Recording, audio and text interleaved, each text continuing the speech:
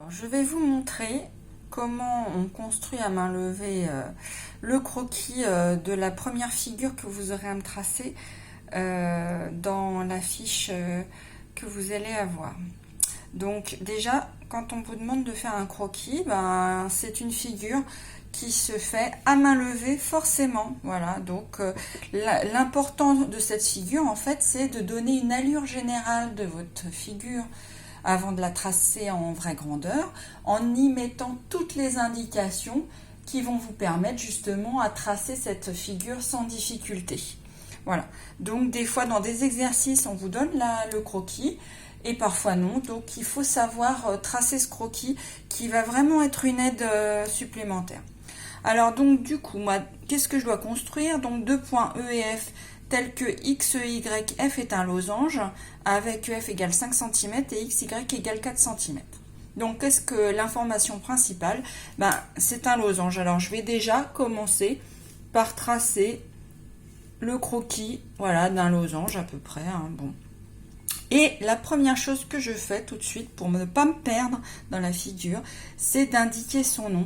Donc voilà, elle s'appelle X, E, YF, attention, c'est très important ça aussi, c'est de tourner dans le sens. Vous savez qu'on peut tourner dans n'importe quel sens, j'aurais pu mettre X là, E, F, Y, voilà.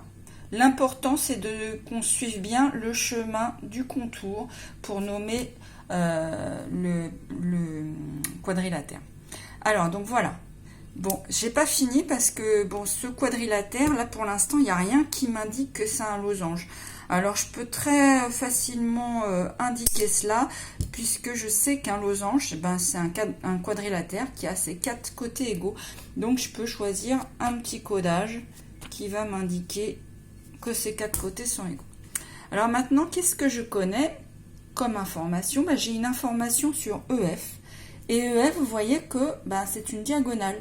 Et j'ai une information aussi sur XY, qui est également une diagonale. Alors, je vais les tracer pour noter ces informations. Donc, vous voyez, j'utilise des couleurs. Et bien, vous aussi, dans un croquis, vous avez le droit d'utiliser des couleurs. L'avantage, là, c'est de mieux visualiser les choses. Alors je rectifie un peu mon tracé là parce que c'était pas terrible. Donc XY, sous tout ça, ça vaut 4 cm. Alors je peux l'écrire 4 cm, mais attention, faut pas que j'oublie que c'est de X à Y le 4 cm et 5 cm, je le mets là, c'est de E à F. Bon, alors maintenant, comme je sais que les seules choses que je connaisse au niveau des mesures, c'est les informations qui tiennent sur les diagonales. Bon, et c'est là que je dois me souvenir, qu'est-ce que je connais sur les diagonales d'un parallélogramme, qui serait un losange. Alors déjà, comme c'est un parallélogramme, je sais quoi? Je sais que les diagonales, elles vont se couper en leur milieu, là, le centre, c'est le milieu des deux diagonales. Et comme les deux diagonales, vous voyez, elles ne font pas la même mesure, ce qui est normal, a priori pour un losange ordinaire, eh bien, quand je code, je code avec des différents symboles. Voilà, un petit zigzag là, pour ce 5 cm. Et donc, du coup, il y a une autre chose qui est très importante, c'est que le losange, en plus de tout ça, il a ces diagonales qui sont perpendiculaires. Alors ça va m'aider pour tracer ce losange. Vous voyez, j'ai mon petit angle droit là.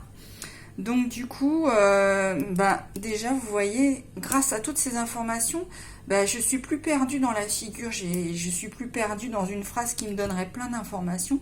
Là, je la vois directement et normalement, ça doit beaucoup vous aider pour savoir comment faire en vraie grandeur. Donc déjà, rien que cet angle droit, ça vous indique que vous allez utiliser l'équerre à cet endroit-là et qu'il va falloir commencer par tracer les diagonales de telle manière qu'elles soient perpendiculaires et qu'elles se coupent en leur milieu.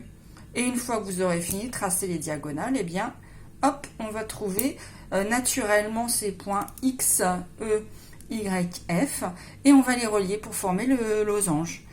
Donc, bien entendu, quand vous allez tracer la figure en vraie grandeur, les seules choses que vous pouvez laisser, ce sont vos petits codages Et ça sert à rien de mettre les mesures, hein, 5 cm et 4 cm, sur la figure en vraie grandeur. C'est inutile de les mettre, ça va surcharger votre figure.